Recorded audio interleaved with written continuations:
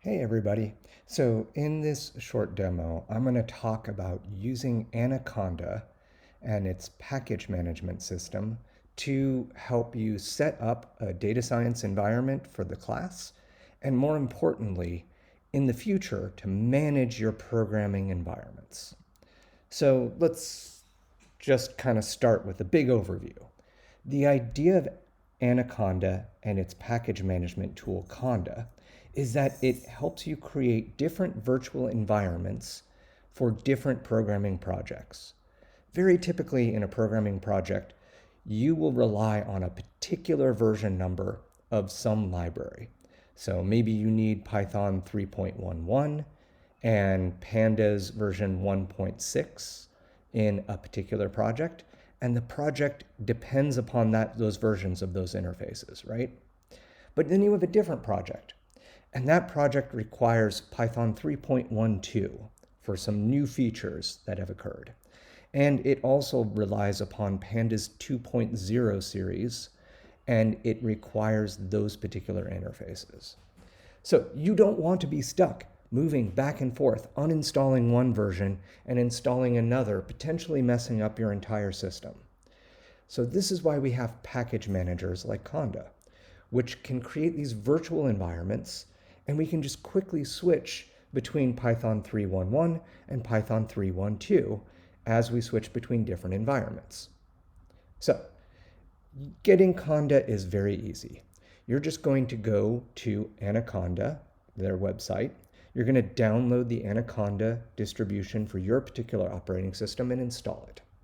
Now, Anaconda comes with a lot of graphical user interface stuff. I don't use it. I don't know how to use it. I'm sorry, I'm old.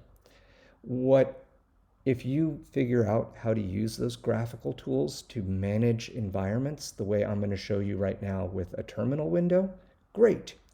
I'm sure that you can do all the stuff. But I'm going to show you the terminal way because terminal is the most powerful in general. Terminal is what I know. So let's get started. I also want to say, obviously, the website for Anaconda has the documentation, and you should definitely scroll this documentation. It very quickly lays out some basic patterns of doing stuff. And I want you to learn these patterns and try them out. Don't just read the website, okay? Try this out. Take this command, create a conda environment. Take this command and look at all of your environments. So let's go ahead and do that. Here is my terminal window. So I'm going to do conda info ends and look at all the environments that are currently on my machine. Note that not only do I have a list of these environments, your list will differ because I'm looking at my machine. I also see this asterisk right here next to the base environment. When we start a terminal window, you will by default start up in Anaconda's base environment. What if we want to switch to one of these other environments? Well, it's conda activate cogs 108 winter 26 environment. And after a little bit of thinking, Anaconda will set us up to be in that environment. Not only will you see that now the asterisk is next to the environment I just selected, but by default, Anaconda modifies your system prompt to also give you that information. Previously, my system prompt said I was in base. Now my system prompt says I'm in cogs 108 winter 26 environment.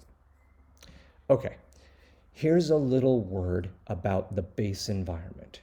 That base environment is how Anaconda works. If that base environment gets screwed up, Anaconda can stop working. Ask me how I know. So generically, we make a separate programming environment for every programming project we use. And we use that environment. We don't do programming in base. Because if you're working in base, pretty soon you're tempted to just, I just need to upgrade Python. I just need to upgrade it for this one project. It's not going to hurt anything. Yes, it will. Okay?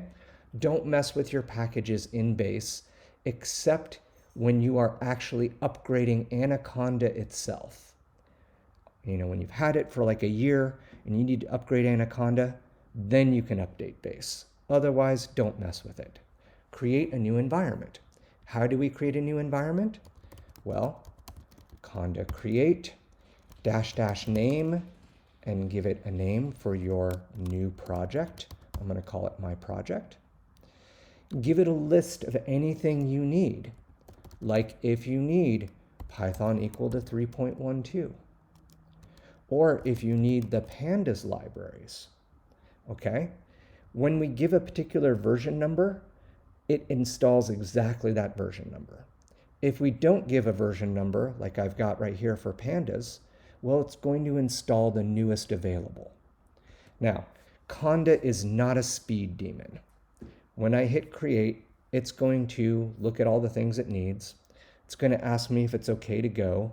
Press Y for yes. It's going to do its stuff.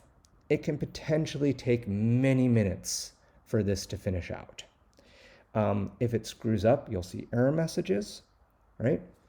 And dealing with those errors is beyond the scope of this quick demo video.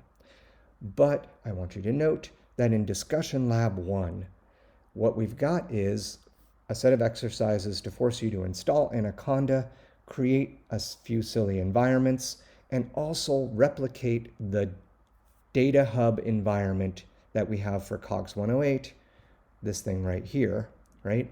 And so you can have a copy on your local machine of the same environment that you use when you're in Data Hub. Now, overall, you've got two choices here. You can use conda for this. You can use Docker for this. See my other demo video right here on YouTube, right next to this one.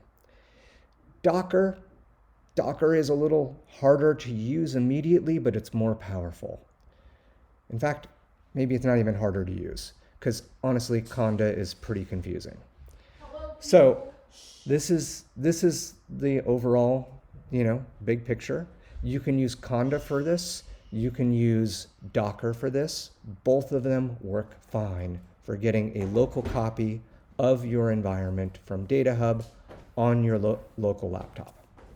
Okay, that's all I had for you. Good luck, everybody. See you in class.